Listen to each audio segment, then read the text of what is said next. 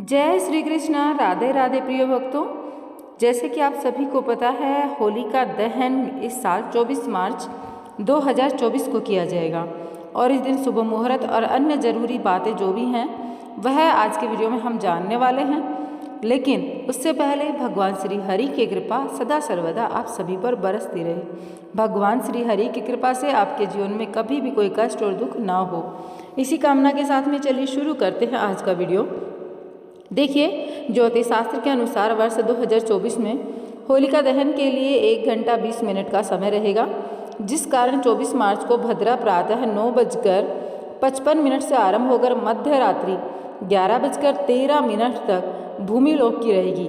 इस बार होली पर भद्रा का साया रहेगा, इसलिए शुभ मुहूर्त का महत्व काफ़ी बढ़ जाता है।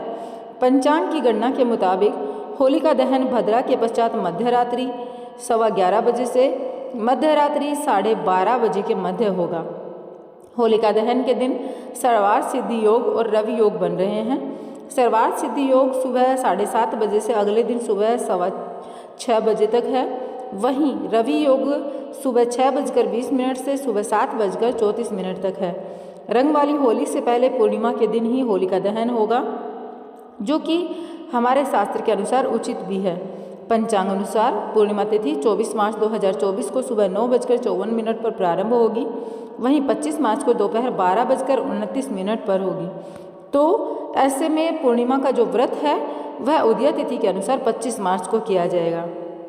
अब आपको बता दें कि होलिका दहन की जो कथा है, होली से संबंधित जो कथा है वह हम सुनने वाले हैं और होलिका दहन के दिन इस कथा के सुनने का अपना एक अलग ही महत्व है। इस पावन कथा के सुनने से भगवान श्री हरि आपको हर एक कष्ट से बचाएंगे।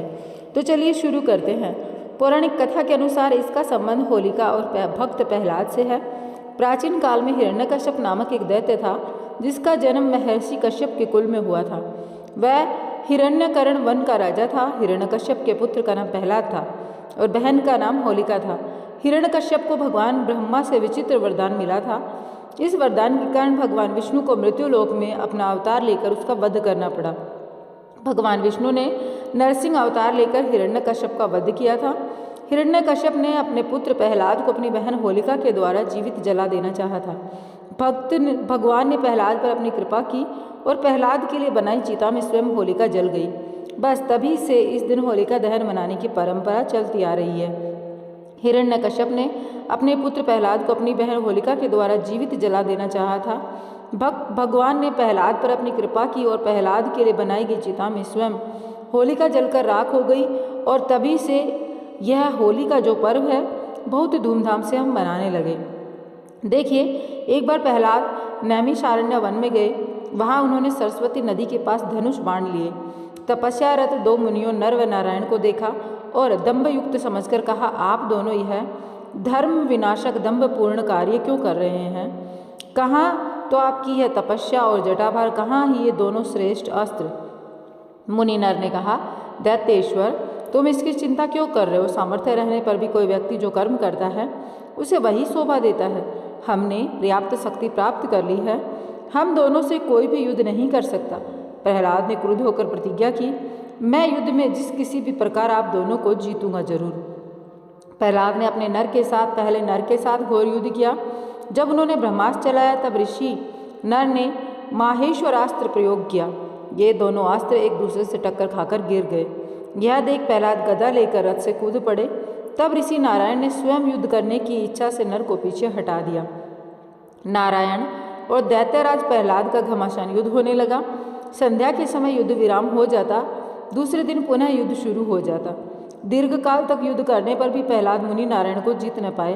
तब इसका कारण जानने वे वैकुंठ गए। वहाँ भगवान विष्णु बोले, प्रहलाद, नारायण तुम्हारे द्वारा दुर्जय है, वे परम ज्ञानी हैं। वे सभी देवताओं एवं असुरों से भी युद्ध में नहीं जीते जा सकते। प्रहलाद अपनी प्रतिज्ञा को पूरा होना असंभव जानकर प्राण त्याग करने के लिए प्राणों को सहस्त्र चक्र में स्थिर करके सनातन ब्रह्म की स्तुति करने लगे। तब भगवान विष्णु ने कहा, तुम उन्हें भक्ति से जीत सकोगे, युद्ध में कदापि नहीं। वस्तुतः नारायण रूप में वहाँ मैं ही हूँ। मैं ही जगत की भलाई की इच्छा से धर्म परिवर्तन के लिए उस रूप में तप कर रहा हूँ। इसलिए यदि तुम विजयी होना चाहते हो तो मेरे उस रूप की आराधना करो। हिरणाक्ष के पुत्र अंधक को राज्य देकर प्रहलाद बद्री का आश्रम पहुँचे और मुनि नारायण व नर के चरणों में प्रणाम किया। मुनि नारायण बोले, प्रहलाद, मुझे बिना जीते ही अब तुम क्यों प्रणाम कर रहे हो? प्रहलाद, आपको भला कौन जीत सकता है? विद्वान पुरुष आपकी ही पूजा करते हैं, वेदज्ञ आपके नामों का जप करते हैं तथा याज्ञिक जन आपका यजन करते हैं। आप ब्रह्मा, शिव, इंद्र, अग्नि, यम, अरुण, वरुण, वायु हैं। आप सूर्य, चंद्र तथा स्थावर और जंगम के आदि हैं। पृथ्वी, अग्नि, आकाश, जल आप ही तो हैं। सहस्त्र रूपों से आपने समस्त जग को व्याप्त किया है। जगत गुरु, आप भक्ति से ही संतुष्ट हो सकते हैं। मुनि नारायण ने कहा, अनन्य भक्ति से तुमने मुझे जीत लिया। अब इच्छित वर मांगो। प्रहलाद ने 3 वर मांगे। आपके साथ युद्ध करने से मेरे शरीर, मन और वाणी में जो भी पाप हुआ वह सब नष्ट हो जाए। मेरी बुद्धि आपके ध्यान और चिंतन में लगी रहे। मैं आपके भक्त के रूप में चर्चित हूँ। ये तीनों वरदान प्रहलाद ने मांगे। मुनिवर नारायण ने कहा, ऐसा ही होगा। इसके अतिरिक्त मेरे प्रसाद से तुम अक्षय, अविनाशी, अजर और अमर हो जाओगे। अब तुम अपने घर जाओ और सदा धर्म कार्य में रत रहो। मुझ में मन लगाए रखने से तुम्हें कर्म बंधन नहीं होगा। इन दैत्यों पर शासन करते हुए तुम शाश्वत राज्य का पालन करो। दैत्यों एवं दानवों को कल्याणकारी बातों का उपदेश करो।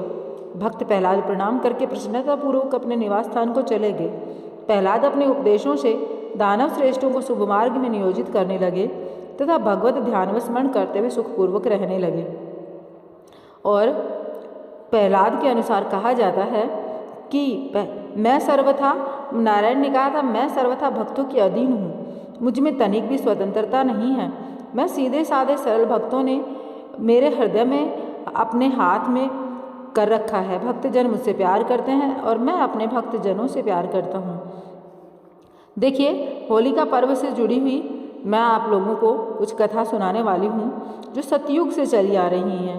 देखिए, होली मनाने की शुरुआत कब और कैसे हुई, इस पर हम आप आज बात करने वाले हैं।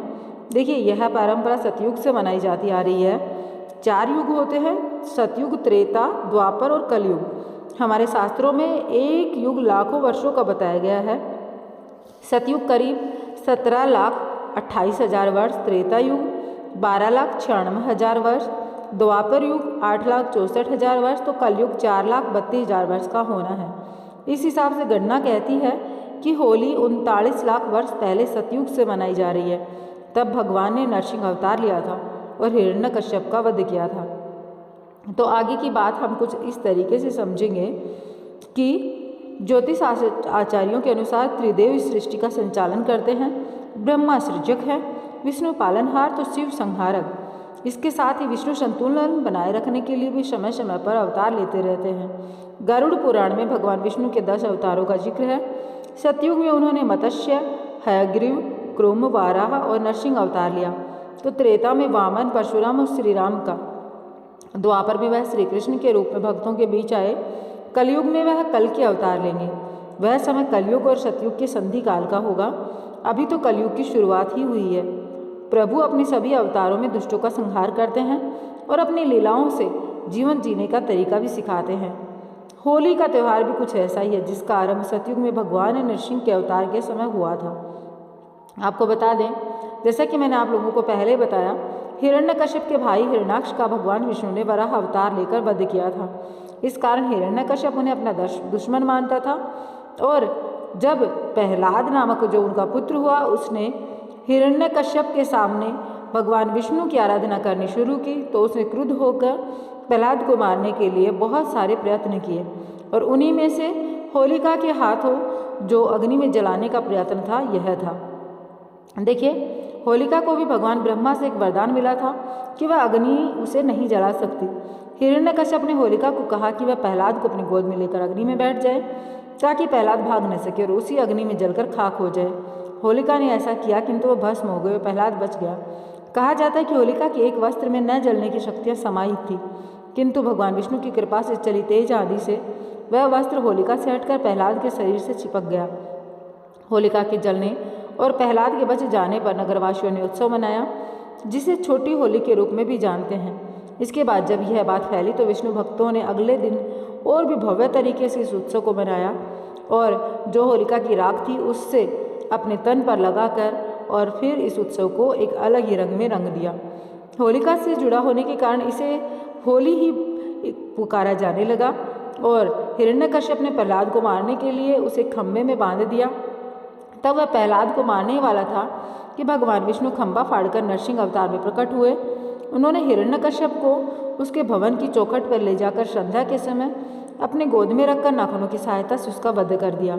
इस तरह ब्रह्मा का वरदान भी नहीं टूटा और आतताई का अंत हो गया। भगवान को भक्त प्रहलाद को उसका उत्तराधिकारी बनाना पड़ा। फिर सबसे प्रचलित तथा सतयुग में होलिका दहन सबसे पुराना है, लेकिन बाद के युगों में भी यह उत्सव अलग अलग तरीके से मनाता गया है। और इससे जुड़ी एक कथा और भी है जो कि मैं आप लोगों को सुनाने वाली हूँ। देखिए, होली की एक कहानी कामदेव की है। पार्वती शिव से विवाह करने के लिए उनकी तपस्या में लीन थे, लेकिन खुद ध्यानमग्न शिव ने काफ़ी समय तक ध्यान नहीं दिया। ऐसे में कामदेव से रहा न गया, उन्होंने भगवान शिव पर पुष्प बाण चला दिया। ध्यान भंग होने से शिव को इतना गुस्सा आया कि उनकी तीसरी आंख खुल गई और कामदेव भस्म हो गए। कामदेव के भस्म होने पर उनकी पत्नी रति रोने लगी और कामदेव को जीवित करने की गुहार लगाई। इसके अगले दिन क्रोध शांत होने पर शिव ने कामदेव को पुनर्जीवित किया। माना जाता है कि कामदेव के भस्म होने पर होलिका जलाई जाती है, तो उनके जीवित होने की खुशी में रंगों का त्यौहार होली मनाया जाता है। तो इस तरीके से एक कथा यह भी जुड़ी है। वैसे तो बहुत सारी कथाएं इस होली के साथ में जुड़ी हुई, लेकिन यहाँ पर मैंने आप लोगों को जो पावन कथाएं सुनाई हैं, इन कथाओं के अनुसार आप लोग समझ सकते हैं कि बुराई पर अच्छाई की जीत के लिए भगवान ने किस तरीके से समय समय पर अपने भक्तों का साथ दिया है। तो सदैव अच्छाई का साथ देना चाहिए और अच्छे कर्म करते रहना चाहिए। भगवान स्वयं आकर अपना साथ जरूर देते हैं। तो चलिए मिलते हैं एक नए वीडियो के साथ में। जय श्री कृष्णा, राधे राधे। वीडियो को लाइक कीजिएगा और कमेंट बॉक्स में ओम नमो भगवते वासुदेवाय नमः अवश्य लिखिएगा, या फिर लिखिएगा जय श्री राधे कृष्ण।